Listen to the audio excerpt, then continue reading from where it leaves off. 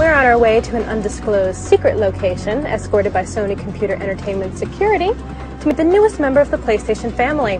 With the formal announcement at this year's E3, everyone wants to get their hands on the new PSP Go. And that's exactly what we're going to do. We just don't know where yet. Nice suit.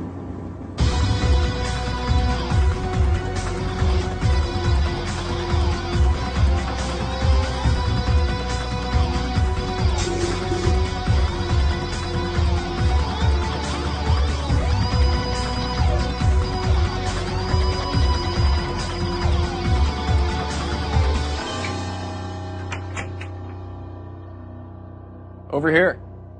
Veronica, glad you could make it.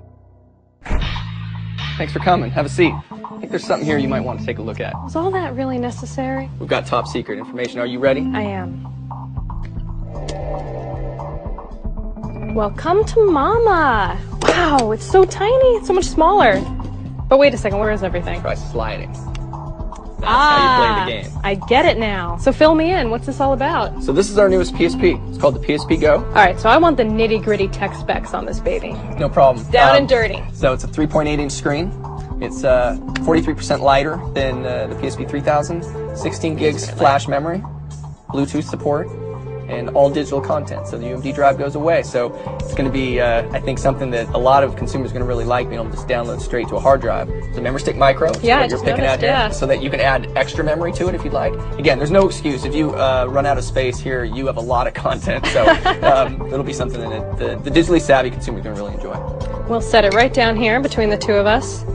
So tell me more about the digital content. I mean, is it mainly going to be games, or are there going to be TV shows and movies as well? Yeah, so there'll be a mixture. So, you know, a lot of the emphasis will be on games, and I think a lot of the people buying it initially will say, I just want to buy games, and there's games like Gran Turismo that are being announced at E3, and Little Big Planet we announced before, and Jak and Daxter, and there's even a new Metal Gear Solid coming. So all of those games will be available. But then there's movies, and all the first-run movies that you can rent or buy through the PlayStation Network, and TV shows, as you mentioned, as well. So you can bring so much content over with you and fill it up on that 16 gigs flash memory. Well, since it is called the PSP Go, I imagine it would work with remote play as well. Integration with PS3 is very important to us, and it works just like PSP 3000, and that's a growing use. A lot of people like to be able to take their content from the PS3 with them on the go. What are the main differences between this and the PSP 3000? The first is the onboard memory, the flash memory, 16 gigs of space. There's Bluetooth support as well, so if you have a Bluetooth headset, you can actually tether it to your cell phone as well. But ultimately, it's the portability, and bringing that content with you in a smaller form factor. You've got the most immersive games on the PSP platform anyway. Now you've got a smaller unit to do it with. Is this going to replace the PSP 3000, or can you still get one of those if you want to? It won't replace the 3000. We're going to keep them both on the market. So if you're a consumer and you say, you know what, I really like tangible products, I like the disc, you can go out and get the 3000 and purchase UMD discs and movies and games with that. If you like digital and ease of use and kind of a more premium nature, the PSP Go is for you. Does the design open up any new opportunities for developers? If you're a developer, you could say, you know what, maybe I want to create a smaller package, a game that's a little bit easier to play on the go. Maybe something that you'd play for 10, 15 minutes and then put down. Just kind of break up the game a little bit more. So developers, I think, are going to be looking at that. In the initial launch, we're going to have some pretty similar games between the two, but I think longer term you'll see some changes. There have been a lot of rumors about the future of the PSP, and this device in particular has been very cloaked in secrecy for the past few months. Why this? Why now? Well, I think it's relevant. I think in this particular case, we always look to push innovation. For us, we wanted to get into digital and really kind of meet the needs of our consumer.